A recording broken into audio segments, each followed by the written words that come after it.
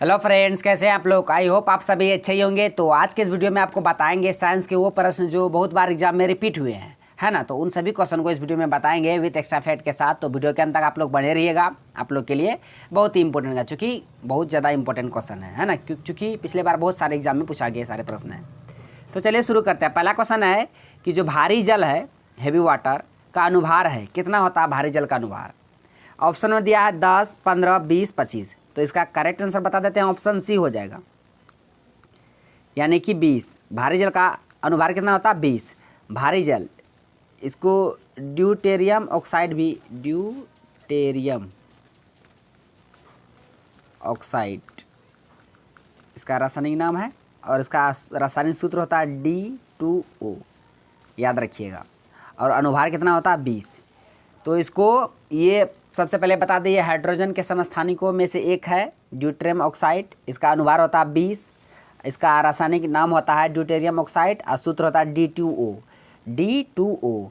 ये सारे फैक्ट को भारी जल से आप याद रखिएगा। और इसको नाभिकीय रिएक्टर में मंदक के रूप में इसका प्रयोग किया जाता है, भारी जल और ग्रेफाइट का। इस बात को भी आप याद रखिएगा कि नाभिकीय रिएक्टर में मंदक के रूप में भारी जल का प्रयोग किया जाता है। अब चलते हैं अगले क्वेश्चन की ओर। क्वेश्चन है कि रक्त का पीएच मान कितना होता है। तो रक्त से संबंधित हम सभी क्वेश्चन को बताएंगे। पहला क्वेश्चन बताएंगे कि रक्त जो है वो कैसा ऊतक है।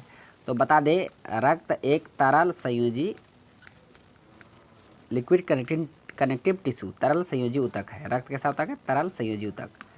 और रक्त का पीएच मान कितना होता है, 7.4। और रक्त का जो प्रकृति होता है कैसी होता है, क्षारीय होता है। कैसी, क्षारीय। चूँकि 0 से लेकर 14 तक होता है ना पीएच स्केल, 0 से लेकर 7 तक ये अम्ल एसिड, और 7 से 14 तक बेस, क्षार। तो 7 से ज़्यादा है ना इसका रक्त का पीएच मान, 7.4 है। तो 7 से ज़्यादा होगा, 7 से ज़्यादा होगा तो क्षारीय होगा। तो रक्त की प्रकृति कैसी, क्षारीय है।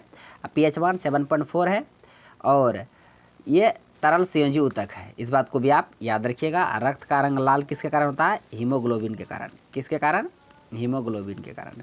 इस बात को भी आप याद रखिएगा। नेक्स्ट क्वेश्चन है कि हीरा और ग्रेफाइट किसके अप्रूव है। ये भी क्वेश्चन बहुत बार पूछा है अप्रूव से, कि हीरा और ग्रेफाइट जो है वो किसके अप्रूव है। तो इसका करेक्ट आंसर बता देते हैं, ऑप्शन ए हो जाएगा, यानी कि कार्बन। कार्बन के अप्रूव है हीरा, ग्रेफाइट। उसके बाद फुलरीन। क्वेश्चन पूछता है, रुकिए पहले लिख देते हैं। ये फ्लोरीन जो है, क्वेश्चन पूछता है कि कौन सा कार्बन का कौन सा अप्रूव फुटबॉल के समान आकृति के, फुटबॉल जैसे आकृति के हैं, फुटबॉल के समान है। तो कार्बन के एकमात्र अप्रूव जो फ्लोरीन है ये फुटबॉल के समान है। फॉस फ्लोरीन, फॉस फुटबॉल, याद रखिएगा। कार्बन के अप्रूव हीरा भी है, ग्रेफाइट भी है। हाँ, उसके बाद कार्बन के अप्रूव कोयला भी है। कोयला किसके अप्रूव है, कार्बन के। इस बात को आप याद रखिएगा। कोयला 4 तरह का, एंथ्रासाइट, बिटुमिनस, लिग्नाइट, पिट। सबसे अधिकतम उच्चतम कोटि का कोयला एंथ्रासाइट है ना। सबसे घटिया क्वालिटी का कोयला, उसमें धुएं, सिर्फ धुएं देगा वो, है ना। तो वो है पीट। इस बात को आप याद रखिएगा। तो हीरा और ग्रेफाइट किसका है, इसका है कार्बन का।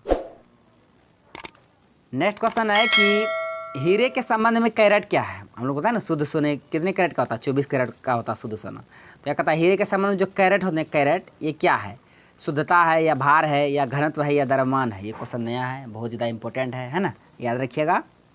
इसका मतलब हो जाएगा बी, यानी कि भार।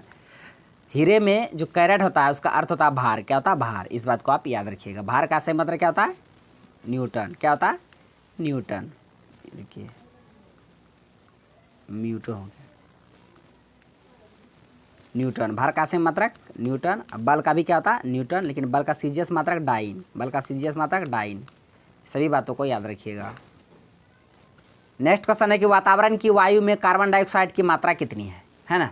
एटमॉस्फेयर में जो वायुमंडल है उसमें कार्बन डाइऑक्साइड की मात्रा आपको बताना है। ऑप्शन में दिया 78% नाइट्रोजन है। 78% क्या है, नाइट्रोजन। 78.09 है, 78% मान के चलिए। ऑक्सीजन है 21%, ऑक्सीजन 21%। उसके बाद 0.03% ये है CO2, यानी कि कार्बन डाइऑक्साइड, 0.03%। इसका करेक्ट आंसर ऑप्शन सी हो जाएगा कि वातावरण की वायु में कार्बन डाइऑक्साइड की मात्रा कितनी होती है, 0.03%। इस बात को आप याद रखिएगा। नेक्स्ट क्वेश्चन है कि अल्फा और बीटा किरणों की खोज किसने की, है ना। अल्फ़ा, बीटा, गामा, है ना, तीनों किरण। ये तीनों मतलब इसमें से पूछ रहा सिर्फ अल्फ़ा और बीटा किरणों की खोज किसने की था। तो इसका करेक्ट आंसर ऑप्शन बी हो जाएगा, रदरफोर्ड के द्वारा अल्फ़ा और बीटा किरणों की खोज किया गया था। इस बात को याद रखिएगा। एनरिको फर्मी, ये नाभिकीय रिएक्टर, नाभिकीय रिएक्टर है ना, नाभिकीय रिएक्टर एनरिको फर्मी। न्यूटन तो पता ही है, बल्कि न्यूटन के गति के कितने नियम, 3 नियम थे, इस बात को याद रखिएगा। उसके बाद क्वेश्चन ही पूछा था अल्फा और बीटा किरणों की खोज रदरफोर्ड। नेक्स्ट क्वेश्चन है कि निम्न में से किस किरण की भेदन क्षमता सबसे अधिक है, यानी कि अल्फा, बीटा, गामा, ये तीनों में से किस किरण की भेदन क्षमता सबसे अधिक है। ऑप्शन में दिया अल्फा, बीटा, गामा, नन, तो इसका करेक्ट आंसर ऑप्शन सी हो जाएगा। गामा किरण की भेदन क्षमता जो है, भेदन क्षमता सबसे अधिक है, सबसे अधिक भेदन क्षमता गामा किरण का, सबसे कम, देखिए सबसे अधिक भेदन क्षमता, उससे कम बीटा, उससे कम अल्फा, सबसे कम अल्फा, सबसे अधिक गामा। अब चलते हैं अगले क्वेश्चन की ओर। गामा किरणों की खोज किसने किया था, इसका आंसर आप लोग कमेंट बॉक्स में दीजिएगा, है ना। नेक्स्ट है कि वायुयान जो है और रॉकेट बनाने के लिए कौन सी धातु का प्रयोग किया जाता है। वायुयान और रॉकेट बनाने के लिए कौन सी धातु का प्रयोग किया जाता है, तो इसका करेक्ट आंसर हो जाएगा ऑप्शन सी, यानी कि एल्यूमिनियम। प्रतीक Al होता है, परमाणु संख्या 13 होता है, इस बात को याद रखिएगा। और क्वेश्चन बहुत बार पूछता है बॉक्साइट किसका एक्स है, बॉक्साइट, ये एल्यूमिनियम का ही एक्स है। बॉक्साइट प्रतीक है Al, परमाणु संख्या 13, और वायुयान और रॉकेट बनाने के लिए एल्यूमिनियम का प्रयोग किया जाता है। सारे फैक्ट को आप याद रखिएगा एल्यूमिनियम से। नेक्स्ट क्वेश्चन है कि जंग लगने पर लोहे का भार क्या होता है, बढ़ता है या घटता है या परिवर्तित होता है या कोई परिवर्तन नहीं होता है ना। आपको बताना है कि जब लोहे पर जंग लग जाता है तो क्या होता है। ऑप्शन दे दिए हैं, 4 ऑप्शन है, तो इसका करेक्ट आंसर हो जाएगा ऑप्शन ए, यानी कि बढ़ता है, लोहे का भार बढ़ता है। और जो लोहे पे जंग लगा जाता है, जो जंग लगता है वो किसकी उपस्थिति के कारण, नमी की उपस्थिति के कारण और ऑक्सीजन की उपस्थिति के कारण, O2 ऑक्सीजन की उपस्थिति के कारण लोहे में जंग लगते हैं। उसके बाद तो आप लोग याद रखिएगा कि लोहे पर जो जंग लगता है इसका कारण क्या है, नमी, ऑक्सीजन और नमी की उपस्थिति के कारण लोहे पर जंग लगता है। और जंग लगने पर इसका जो भार है वो बढ़ता है। भार का मात्रा बता दिए थे, न्यूटन होता है। इससे बचने के लिए, लोहे पर जंग लगने से बचने के लिए इस पर जस्ता का परत चढ़ाया जाता है। ये क्वेश्चन बहुत वीवीआई है, बहुत ज़्यादा इंपॉर्टेंट है। किसका परत, जस्ता का परत, इसे ही यसद लेपन कहा जाता है। इस प्रक्रिया को यसद लेपन, गैल्वेनाइजेशन नाम सुने ही होंगे, तो इंग्लिश में बोलते हैं गैल्वेनाइजेशन, हिंदी में यसद लेपन। लोहे को जंग से बचाने के लिए जस्ता का परत चढ़ाया जाता है, इस बात को आप याद रखिएगा। सारे क्वेश्चन बहुत ही ज़्यादा इंपॉर्टेंट थे। नेक्स्ट और ये आज का लास्ट क्वेश्चन है कि कृत्रिम वर्षा कराने में किस रसायन का प्रयोग किया जाता है। कृत्रिम वर्षा है ना, नेचुरल नहीं, कृत्रिम। तो पहले इसका आंसर बता देते हैं, ऑप्शन ए, यानी कि सिल्वर आयोडाइड, आयो क्या आया, बारिश आया। तो याद रखिएगा सिल्वर आयोडाइड का प्रयोग किया जाता है कृत्रिम वर्षा में। सिल्वर ब्रोमाइड में, ये पूछा था अभी ग्रुप डी में, फोटोग्राफी, सिल्वर ब्रोमाइड का प्रयोग फोटोग्राफी में, याद रखिएगा। सिल्वर आयोडाइड का कृत्रिम वर्षा में, सिल्वर क्लोराइड का